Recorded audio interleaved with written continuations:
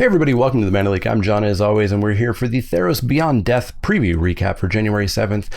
And I recorded this entire video with my microphone half unplugged, which means there was no audio. So we're going to go through these a little bit quicker than normal. Up first is Destiny Weaver. Destiny Weaver is 1 and a green for an enchantment creature human. She's a 2/3 creature. Enchantment spells you control can't be countered. Pay 3 and a green. Target land you control becomes an XX elemental until the end of turn with haste and trample, where X is the number of enchantments you control. It's still a land. This seems like a pretty decent card for limited. A 2/3 for 3. That's already a bonus. We usually get a 1/3 for that mana cost.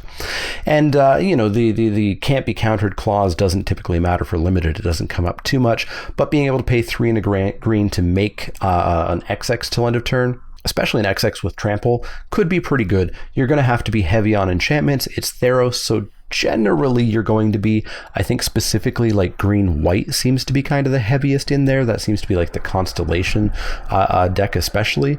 Beyond limited, I don't think we'll see much play here. Playing a 2/3 creature to make your spells not be able to be countered isn't typically something we've ever seen really come up as a viable plan. We have seen it out of the sideboard sometimes, but I feel like that's often been a better card than this card is. So we'll see for standard sideboards, but it looks like limited only to me. Up next is Furious Rise. Furious Rise is 2 and a red for an enchantment at uncommon. At the beginning of your end step, if you control a creature with power 4 or greater, exile the top card of your library. You may play that card until you exile another card with Furious Rise, which will probably be the next end step, unless your big creature went away, in which case, yeah, this seems like kind of a whiff on all accounts for me. Limited, I don't know that red decks really want to be playing this instead of a creature. Red-green seems like probably the best place for it because you're more likely to have green beefy creatures. And beyond limited, nobody wants to be doing this. No deck that I know of in standard wants to be doing this. Perhaps if Gruul comes back, maybe, but Gruul would rather play creatures than this, so it seems like a whiff on all parts for Furious Rise. Up next is Lagaan Clan Narrator. Lagaan Clan Narrator is a 3/4 for 3 and a white creature centaur advisor. When it ETBs, you may put target enchantment card from your graveyard on top of your library. If you do, gain life equal to its converted mana cost. It's a 3/4 for 4. That's better than a 3/3. It's worse than a 4/4. If you can get the bonus off of it, that's cool. It's not a huge bonus gaining that life, and getting that enchantment back entirely depends on how good that enchantment was in the first place. You know, I'm frequently not somebody who agrees with the idea that if there's a target, well, you've gotten value. I don't care if I'm returning an aura that gives me +1/+1. That's not something I would probably not choose to return it. I would keep it in the graveyard. So yeah, it seems like a fine card for limited. You'll hopefully get some sort of decent value out of it being in white, which seems to be one of the heavy Constellation colors. But again, beyond limited, I don't see this having any play. Perhaps like budget commander stuff, but otherwise limited only. Up next is Enigmatic Incarnation. And Enigmatic Incarnation is 2 green-blue for an enchantment at rare. At the beginning of your end step, you may sacrifice another enchantment. If you do, search your library for a creature card with CMC equal to 1 plus the sacrificed enchantment's converted mana cost. Put that card onto the battlefield, then shuffle your library. It's another new birthing pod effect, and like most of them, it's probably not that good. It's definitely not good in limited. The effect has never worked. Vannifar and Neoform, and that one from Eldritch Moon that I think maybe had the word enigmatic in it as well. Something? Let me know what that card was in the comments below. They just don't work. Your deck has to be built so perfectly. This one, you have to have enchantments to be sacrificing specifically. Of course, you might have enchantment creatures, but it's kind of a mess. You don't get to do it whenever you want. It has to be at the beginning of your end step. I don't see it having any play in limited. I'm going to avoid this like the plague. Outside of limited, I think this is way too clunky to actually see any play. Vannifar didn't see any play, and I think she was a far better birthing pod effect than this is. So yeah, I think this will just kind of waffle away into the jank pile, and that's about it.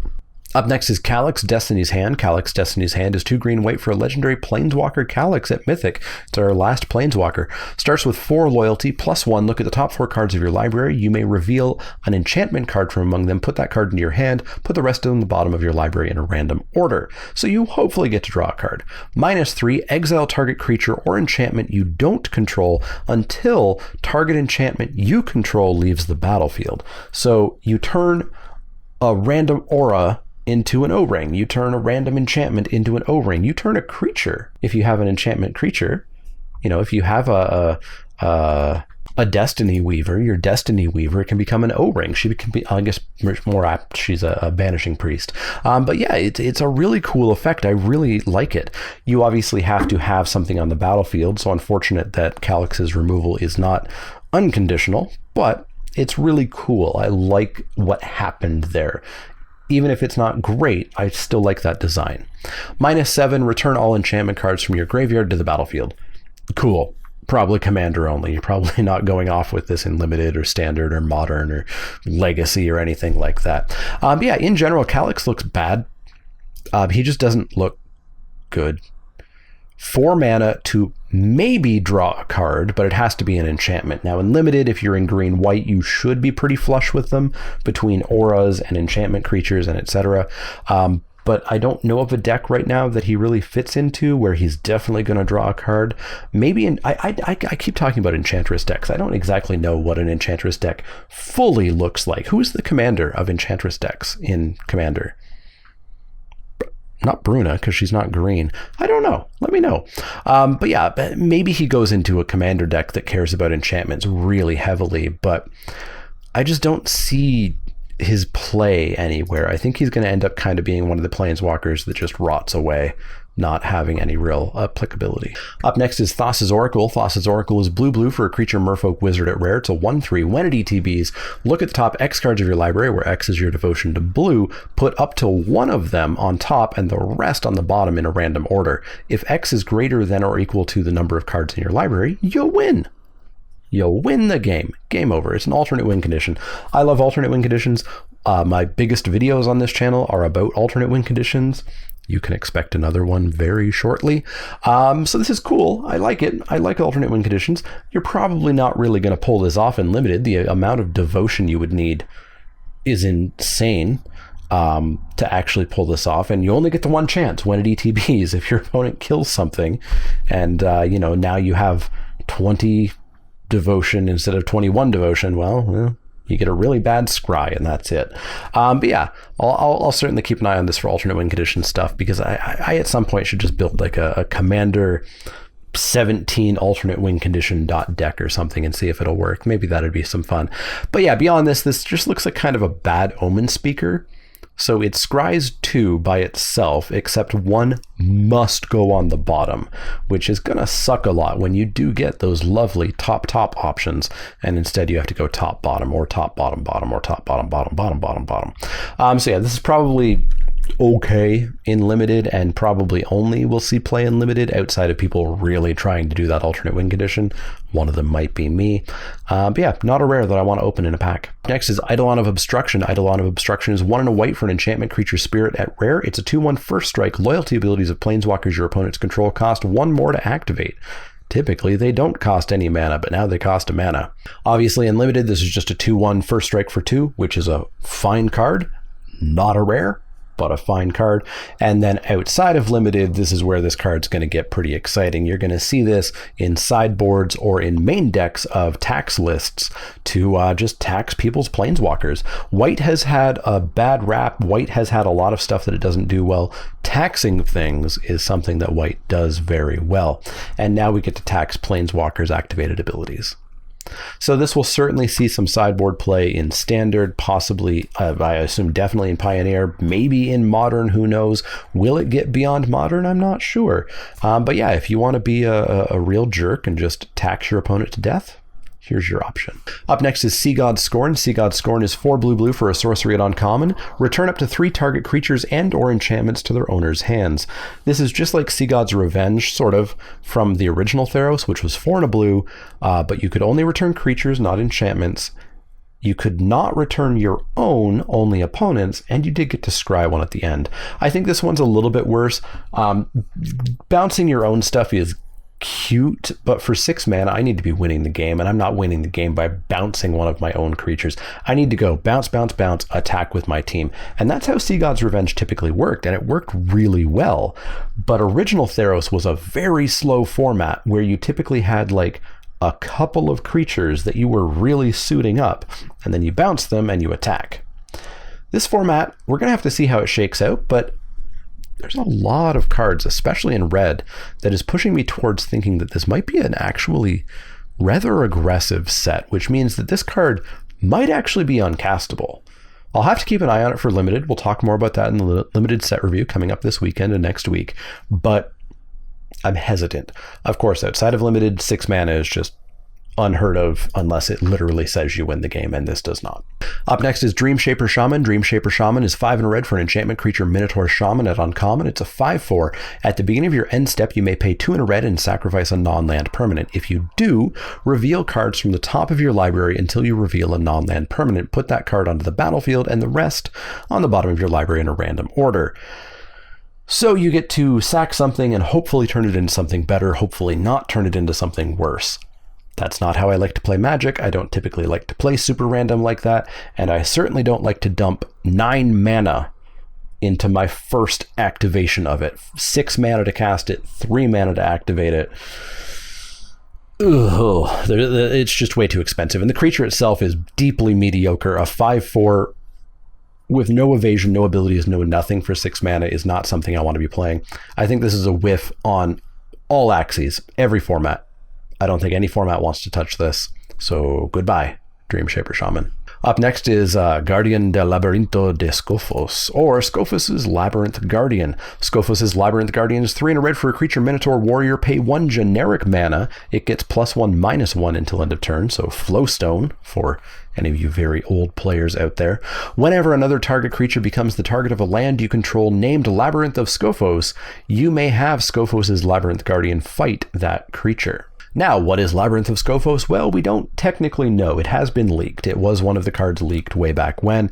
We're not going to talk much about leaks here, so we don't quite know what that card does, but it's going to target opponent's creatures. Sure. Probably costs mana. So this is a 3/4 for 4, which we've already talked about in this very video, is worse than a 4/4, but better than a 3/3 for 4. The Flowstone ability, though, is actually really good, and especially being generic mana, not red mana. So I have a 3/4 for 4, which is a totally serviceable creature, and if I can attack with this and it doesn't get blocked, well, it's a 4/3. It's a 5/2. It's a 6/1. Take 6. My 4-drop just dealt 6 damage to you. That's great. And then it's back to being a 3/4, and it blocks better than a 6/1 ever would. Now the ability, well, to let you in on the card a little bit, the Labyrinth is a rare, so pairing that rare with this uncommon is just really not something that's going to happen in limited much at all. Outside of limited, I can't imagine that putting this all together makes anything even remotely worth playing. Mono red doesn't want a 4-drop that is just a creature. It wants a planeswalker. It wants something that's going to utterly change the tide of the game, and this is not going to do that. So limited only here, but I think it is a very good limited creature. The second ability, I just don't know how often you'll pull it off. Our second last card is Nika, a Crowan veteran. Nika is 1 white for a legendary creature human soldier at rare. She's a 3/3 with vigilance. Whenever she attacks, untap another target creature you control. It doesn't have to be attacking. It probably should. Until end of turn, that creature has base power and toughness 4/4 and gains indestructible. So yeah, she's a 3/3 vigilance for 3. That's cool. And she gets to attack in and turn her 1/1 friend into a 4/4 indestructible friend, which is great. I think people are going to overrate this for limited, just like they did with Wintermoor Commander. I think people are going to say, wow, I get a 4/4 indestructible every turn, and completely forget about the fact that I'll take 4 and block or double block and kill Nika. And it sucked that I took 4 that one time, but I'm never going to do it again because she's gone. So yeah, don't overrate this card. I don't think she's bad. I think she's going to be the first pick in many packs. I'll take removal over her, but otherwise she does seem very good. But be careful about overrating her for limited. Outside of limited, I think we could definitely see some standard play if White Weenie comes back up. I think she could have a spot. 3 mana for a 3/3 vigilance is a card that can slot in, and she can turn your little creatures, your weenies, into 4/4s. You know, imagine her attacking with a Loyal Pegasus. It doesn't lose its abilities, so it's still a flyer, and now it's a 4/4 flyer. That's kind of scary. So I think if that deck does rise to prominence, I think she will have a place in it. I don't know that she's powerful enough for Eternal White Weenie or anything like that, but in Standard, I think she'll have a place. Our final card today is Altar of the Pantheon. Altar of the Pantheon is 3 generic mana for an artifact at common. Your devotion to each color and each color combination is increased by 1. Tap, add 1 mana of any color. If you control a god, a demigod, or a legendary enchantment, you gain 1 life.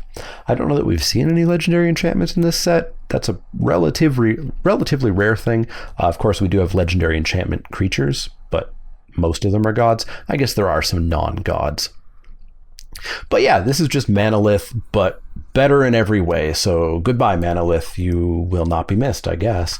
Yeah, being able to tap for any color you want is great fixing. If you're a 2-color deck and splashing a bomb, here's a card you want. You absolutely want this, and this is going to be a solid card. You're not going to pick this up to ramp. Ramp typically needs to be less than 3 mana, or it needs to do something else, and gaining 1 life maybe isn't really doing something else. If you have a god down, I don't think you care that you're gaining 1 life a turn. Yeah, this is Manalith. It's a limited only card. I can't imagine we'll see this have any play outside of limited, maybe in like Jank Budget Commander or something, if you don't have better mana rocks, but yeah, probably not much play outside of limited, but fine in limited as a splashing card. So that's going to wrap it up for today. This probably felt a little bit rushed, although it turns out I still recorded roughly the same amount of time that I did the first time around when my microphone was unplugged. It is definitely plugged in now. Let me know what you're thinking of Theros so far. The cards do seem to be getting a little bit worse as we go on. It feels like they front-loaded some of the exciting stuff, and we're getting less exciting stuff this time around. Theros as a whole, we'll talk a lot more about this during the set review. Make sure you're following and have notifications turned on. My set reviews will start going up on Friday, and then it's every day for upwards of a week. But we'll talk a little bit more about this. I'm feeling hesitant about Theros as a limited format. It doesn't quite feel as slow as the last time we saw. There's a lot of aggressive red cards, and so it does make me think that aggression might be good in this version of Theros. We'll have to see. Those typically aren't my favorite draft formats. I certainly hope that there are some shenanigans that I can do, and I certainly hope that it's balanced. The best thing about Throne of Eldraine was that you could play 15 different decks, and they all could win.